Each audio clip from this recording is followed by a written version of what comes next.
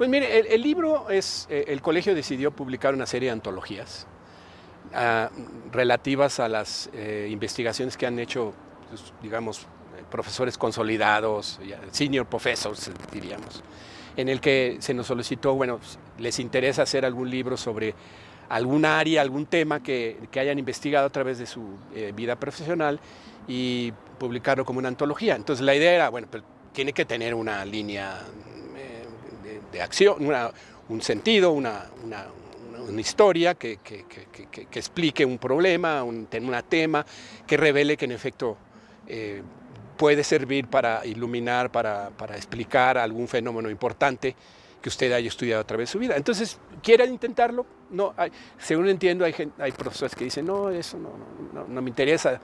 Y a mí dije, yo quisiera ver de todo lo que he escrito, en qué medida puedo identificar que sí hay una línea de continuación en lo que he estado investigando. Y en efecto, vi lo que había yo publicado en los últimos 25 años y descubrí que había 10 trabajos, de hecho, podía haber incluido más, en el que creo que daban una historia de cómo el fenómeno de la integración económica en América, entre Estados Unidos y México, se ha gestado.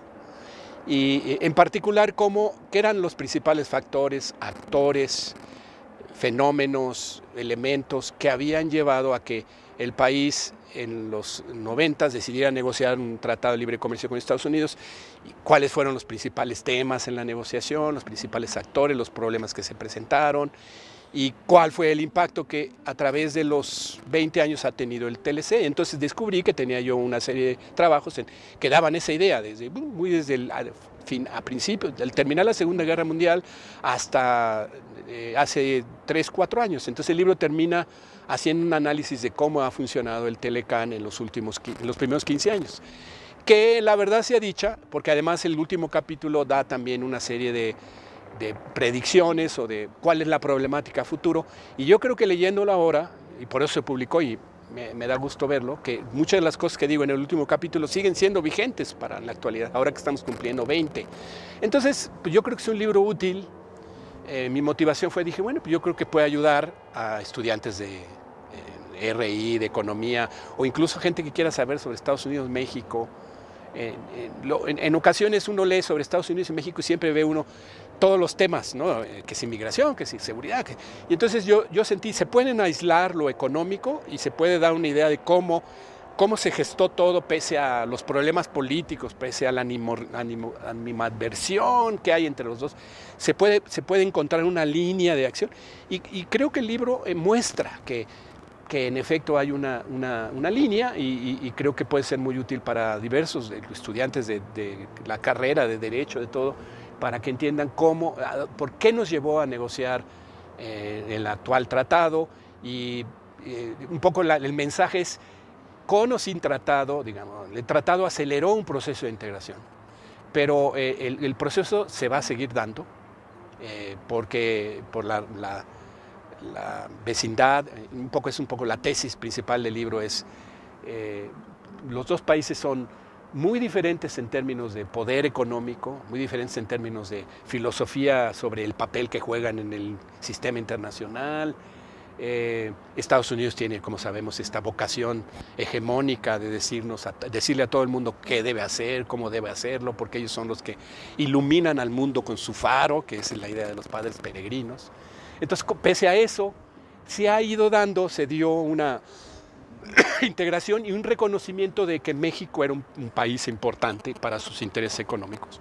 Y se fue gestando una integración, primero, en una primera parte que yo llamo en el libro, una primera mitad del libro que llamo integración silenciosa, que no es un término mío, es de un economista norteamericano llamado Clark Reynolds, que lo mencionó en los 80, diciendo, se ha dado una integración silenciosa entre México y Estados Unidos, y lo que hace falta ahora es formalizarla. Y en efecto, pues, hacía falta. Y entonces lo que muestra la segunda parte del libro es cómo se fue dando. Y entonces pues es un poco la motivación. Sí, tenía una lógica lo que he escrito. Y aquí está, miren, se las quiero mostrar, vean cómo pueden aprender, de entender todo. La relación económica con Estados Unidos, qué tan importante es, y señores, tenemos que cambiar nuestra visión sobre esto, y y puede ayudar a mejorar nuestro entendimiento de las relaciones entre México y Estados Unidos en el ámbito económico. Es el enfoque.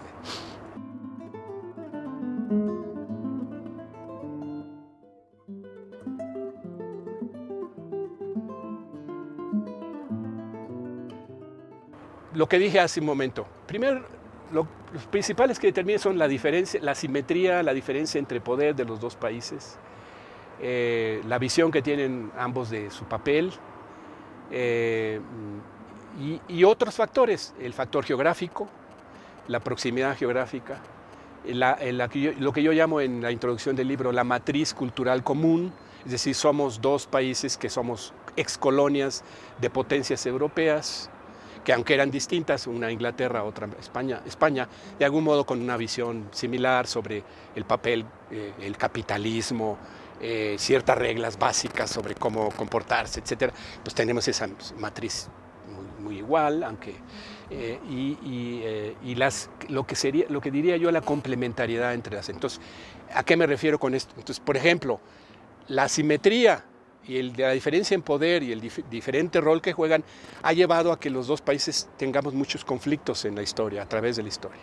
Entonces Estados Unidos surge, por ejemplo, en el siglo XIX como un país recién independizado, pero con un problema de que quiere ser viable como país, y para lograrlo necesita territorio, porque pues, cuando le entrega a Inglaterra y le dice, sí, te voy a dar tal territorio, te reconozco, se queda mucho ejército inglés ahí y hay potencias que están buscando todavía penetrarlo, Florida, España. Entonces ellos, sus primeros años son cómo consolidar nuestro territorio, y la mejor manera de consolidarlo es expandiéndolo y asegurarnos de fronteras seguras. Y esto llevó a que, bueno, pues ya para cuando México surge a la independencia, pues se encuentra un señor que está ahí, y luego llega y le tocan a la puerta, oiga, necesitamos negociar un acuerdo, necesitamos resolver el problema de la frontera de Texas, porque fíjense que con mi acuerdo con España es mío, esta parte es mía hasta Texas. No, espérame, yo estoy apenas saliendo a nacer. Y esto llevó a que hubiera un conflicto muy terrible, que pues México obviamente no aceptó la pretensión norteamericana de que el tratado con España cubría hasta Texas, y nos llevó a un conflicto que no se pudo evitar, porque además no pudimos, poblar a Texas, tuvimos que ceder, la población fue básicamente anglosajones. Entonces ese conflicto pues marcó nuestra visión de Estados Unidos.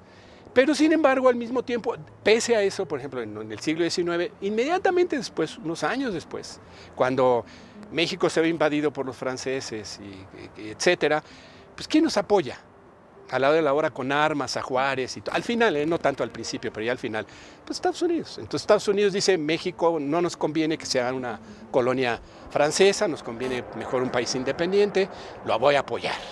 Y luego, conforme se resuelven los problemas internos en México, y Porfirio Díaz decide que para que México crezca se requiere orden y progreso, y penetrar en la economía internacional, y aceptar capital externo, porque no hay capital interno que nos dé viabilidad. Entonces, ¿qué pasa? Pues tiene que recurrir a Estados Unidos. Y entonces, esa ambivalencia, nos quitaron el territorio, pero necesitamos su capital. Entonces, ese siempre ha determinado. Entonces, lo que yo digo es, siempre ha habido conflictos, y siempre los habrá, por estas dos visiones. Da un ejemplo así dramático. Cuando se anuncia Fox, la declaración de Guanajuato, que iban a haber un nuevo modelo de la relación con Estados Unidos, ¿se acuerdan que llegó Bush? No se acuerdan, pero se los platico. Y entonces iban a anunciar el inicio de la negociación del acuerdo migratorio. Y están ahí en eso, y de repente están ahí y se enteran de que en ese momento, le dice Bush, un momentito, porque tengo que hacer algo. ¿Qué? Mandar a invadir a Irak, a no sé qué países, dar la orden de que invadan, porque habían cometido alguna cosa, no sé en qué país del Medio Oriente. Entonces en México, ¿cómo se atreven los gringos cuando estaban en esta situación tan importante, que van e invaden? ¿Qué es falta de respeto?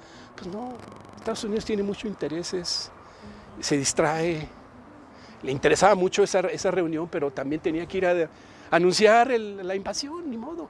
Entonces, esa es la realidad de México, Estados Unidos. Y entonces nosotros hemos tenido que jugar con eso, hemos tenido que ir, estamos negociando, pero pues ellos de repente se distraen y van y invaden, y de repente se enojan y nos mandan el plan furioso que vino. Y sí, así pasa, es muy complicado, pero al mismo tiempo, pese a eso, lo que demuestra el libro es que se ha ido dando gradual y paulatinamente una creciente integración económica, que ha llevado a que no solo haya altos niveles de inversión, de comercio entre los dos países, sino también ¿cómo se llama?, de flujos poblacionales, que eso es muy importante. Ese es el gran tema, yo creo, a futuro. ¿Qué va a pasar con esa población que está ahí, que no la quieren reconocer? ¿Sí? Pero ahí está. ¿Sí? Entonces, es una integración que... Entonces, la pregunta era, ¿qué es lo que determina? Lo determina la asimetría, pero también la proximidad geográfica y la complementariedad de las economías. Los Estados Unidos pueden querer que hagamos cosas, pero al mismo tiempo dicen, no podemos excedernos porque entonces vamos a crear un problema más serio. Necesitamos un país estable, necesitamos un país que crezca. De repente se les olvida y Bush decide que hay que atacar a Irak y a ir, y lo principal es eso. Entonces México dice, yo no me quiero meter en este lío, se aleja, ¿sí? Y entonces en ese momento parte de lo que se estaba gestando se deshace y hay que volver a reconstruirlo. Pero entonces es una creciente integración, pero también de repente conflicto, y esto es un poco lo que dice él.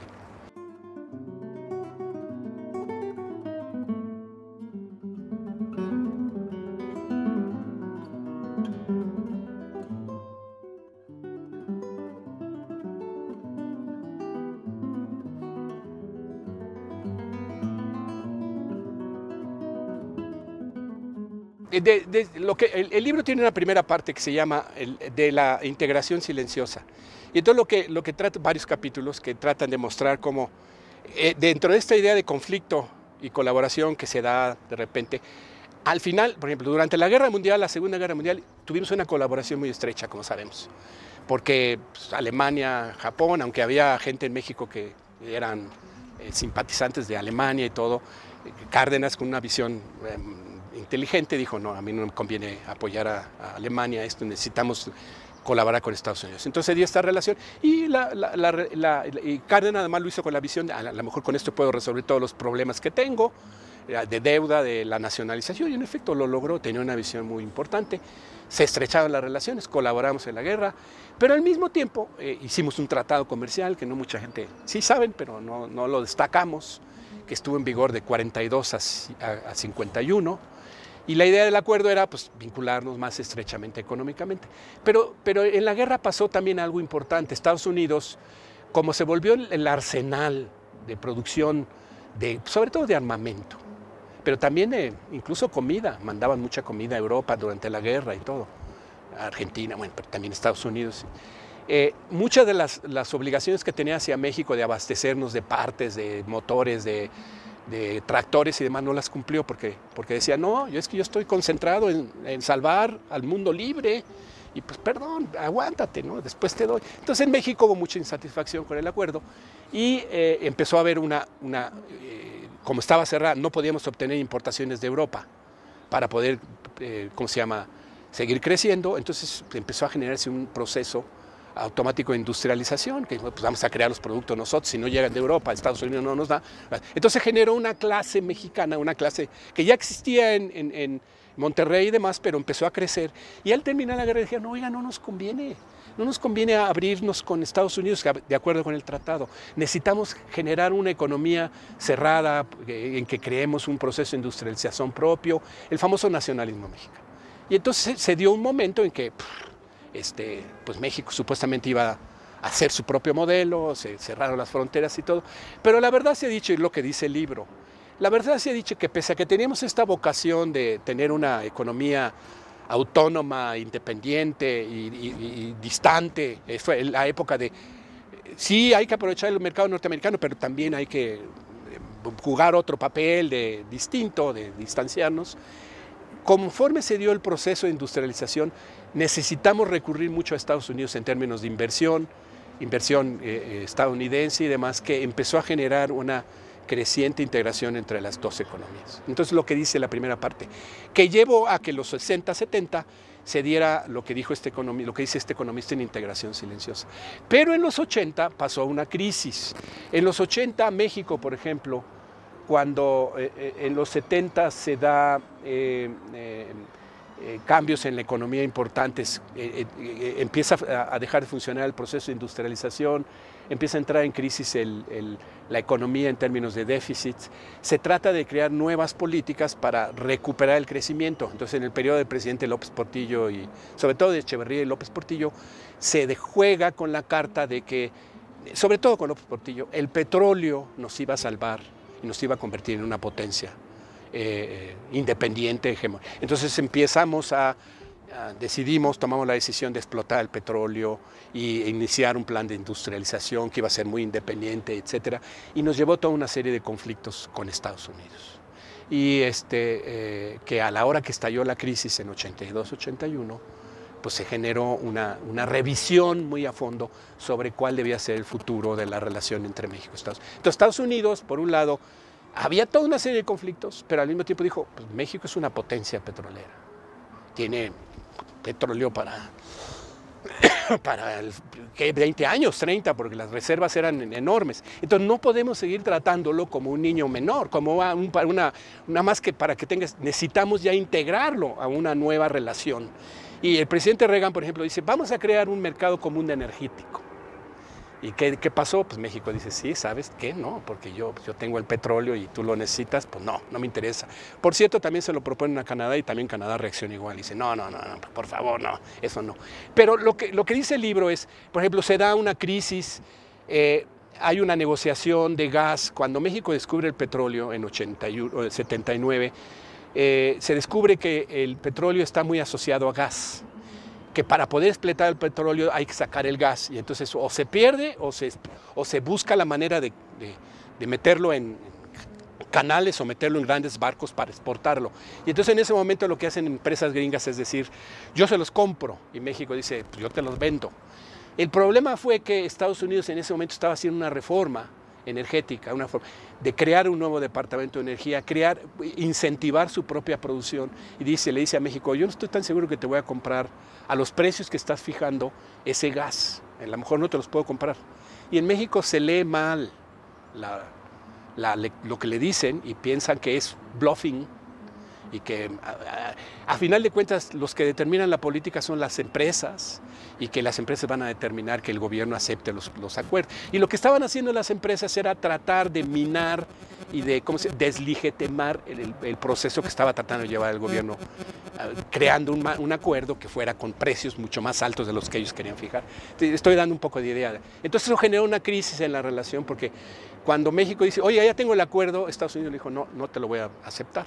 Entonces se enoja López Portillo, anuncian que ya no van a vender gas, y se arma un merequetengue. Entonces, cuando Estados Unidos se ve obligado a revisar la relación con México, y es lo que yo discuto, se llega a una conclusión de que México es un país estratégico y que necesitan ya tener una relación especial con México para satisfacer los intereses mexicanos, que ahora va a jugar un nuevo papel a nivel internacional.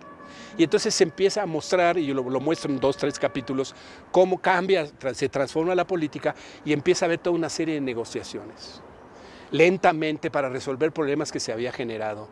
Y empezamos a negociar acuerdos de distinto tipo, sectoriales, que van generando una especie de enseñanza de qué eran nuestros intereses, cuáles eran los de ellos, etc. De tal manera que para cuando México decide abrir su economía y entra al GATT, Estados Unidos apoya a México a que entre al GATT.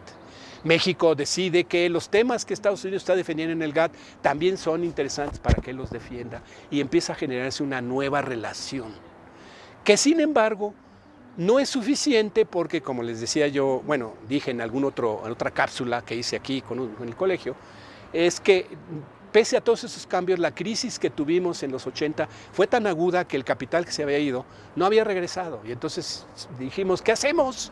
Y entonces se llega a la conclusión de que era importante negociar el Telecán como una especie de un gran acuerdo que nos llevaría a tener una relación a futuro con mayor certidumbre, más a largo plazo, en que pudiéramos empalmar intereses, no solo en lo económico, porque incluso, acuérdense, en esa época sale un memorándum, ya empieza a filtrarse las cosas, no solo es ahora con Wikileaks, ya desde ese tiempo empiezan a filtrarse los documentos. El embajador en la época, cuyo nombre se me fue, saca un memorándum que se cuela a la prensa y dice, es que México con el acuerdo va después a transformar su política exterior y va a estar más acorde con nosotros. Y se crea, ¿cómo nos va a determinar? La política exterior siempre ha sido independiente.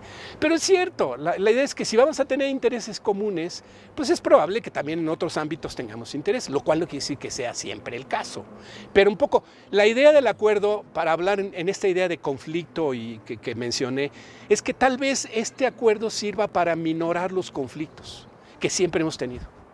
Y la parte de conflictos se baje.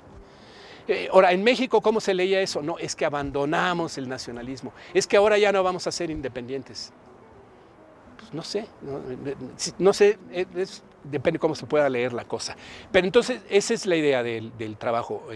En los 80 es clave para entender la crisis energética, porque no solo afectó a México, afectó a Estados Unidos, lo obligó a hacer una reforma estructural en su economía para cambiar y hacer. Necesitamos incentivar nuestros propios mercados, que ahora, por cierto, en la actualidad se continuó, se aceleró, y ahora Estados Unidos es un país autosuficiente en gas y va a ser autosuficiente en petróleo, lo cual nos crea una problemática a futuro interesante, porque ¿qué vamos a hacer con nuestro petróleo si Estados Unidos va a ser autosuficiente?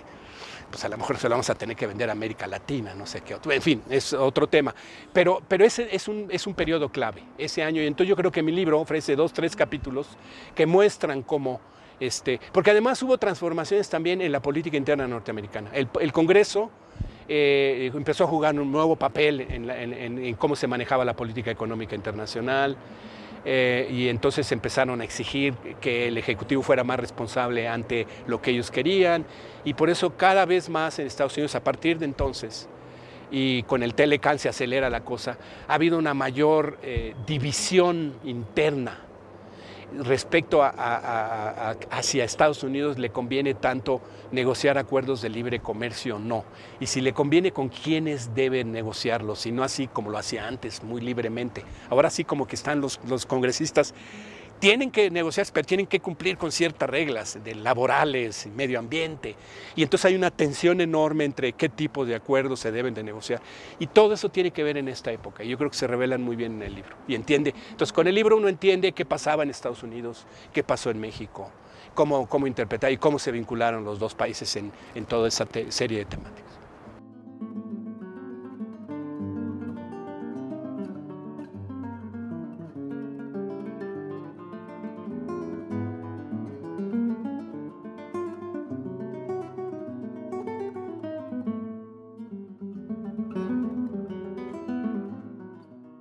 El TPP puede ser, lo digo rápidamente, ya lo dije en otra cápsula previa, probablemente gente que vea esta cápsula ya vio la otra, ya oyó mi respuesta, pero la voy a decir rápidamente. TPP se vuelve una opción porque es un acuerdo que incluye más países que están muy comprometidos con la idea de liberalizar e incluir temas que no se han incluido en los actuales acuerdos de libre comercio que tenemos. Y entonces, en la medida en que se metan en una agenda y que estemos los tres negociando, automáticamente estamos renegociando el TLC. En los nuevos temas. Y aunque no queramos, así como Canadá, cuando México decidió negociar con Estados Unidos, Canadá dijo, me meto, renegoció su acuerdo y se volvió otro. Así va a pasar con el TPP. Si se logra, va a ser una opción. Ahora, TTIP es otro que está negociando entre Estados Unidos y Europa. Nosotros tenemos un tratado con Europa y tenemos un tratado con Estados Unidos. Dependiendo de lo que ellos negocien, también nosotros necesitamos estar al tanto, porque hay cosas que pueden transformarse en términos de acceso de productos europeos a Estados Unidos y de productos europeos. Y nosotros pues jugamos un papel importante como plataforma de exportación. Los europeos vienen, se instalan, invierten y mandan productos a Estados Unidos. El Beetle, todos los mandan o algo. Entonces, ¿qué pasa si ahora en su acuerdo deciden que entre ellos se dan un trato y México ya no es tan relevante? Va a ser un lío. Entonces necesitamos Ahora, el problema es que no nos aceptaron en la mesa como en el TTP. Entonces eso plantea un problema. ¿Qué va a pasar? Entonces ya está México insistiendo, oigan, necesitamos estar ahí. Entonces ya Estados Unidos dijo, voy a consultarlos. Y los europeos son como más abiertos. Dijeron, hay una cláusula que dice que tal vez al rato los incluimos. Pero la ventaja con los europeos es que ellos ya hablaron de que vamos a renegociar nuestro acuerdo con ellos. Entonces bien podría ocurrir que con la renegociación adaptemos el acuerdo que tenemos en base a las reglas que se negociaron con Estados Unidos de tal manera que podamos aprovechar las plataformas que ya tenemos construidas ahí. Entonces es otra opción, el TTIP, se llama TTIP, Tratado Transatlántico de Inversión y no sé qué. Y otra es un mecanismo bilateral, que es la famosa, se llama los líderes de América del Norte. Y todavía algo más específico, se acaba de crear algo que le llaman diálogo de alto nivel, que se creó con la visita del presidente Obama a inicios de 2013 o a mediados de 2013. La idea es, el TLC ya no provee las instancias que nos puedan servir para atacar nuevos problemas del siglo XXI. Entonces necesitamos crear un nuevo diálogo en base con el vicepresidente Biden va a estar en ese diálogo, se va a crear grupos de empresarios, académicos y de funcionarios, y la idea es que en ese medio traten de discutir temáticas que sean específicas de la relación entre México y Estados Unidos, y no sé si Canadá, esto está por discutirse, y entonces hay temas que, por ejemplo, el TPP no se pueden atacar, el tema de cómo mejorar la gestión de la frontera, o en qué medida se puede pensar en que puede haber movilidad laboral, si hay una reforma y entonces se necesita mayores trabajadores. Esos temas no se pueden negociar en el TTP porque incluye países que no tienen nada que ver con lo que está pasando aquí. Entonces tenemos que tener otro foro y ese puede ser uno que nos facilite avanzar en temas para el futuro.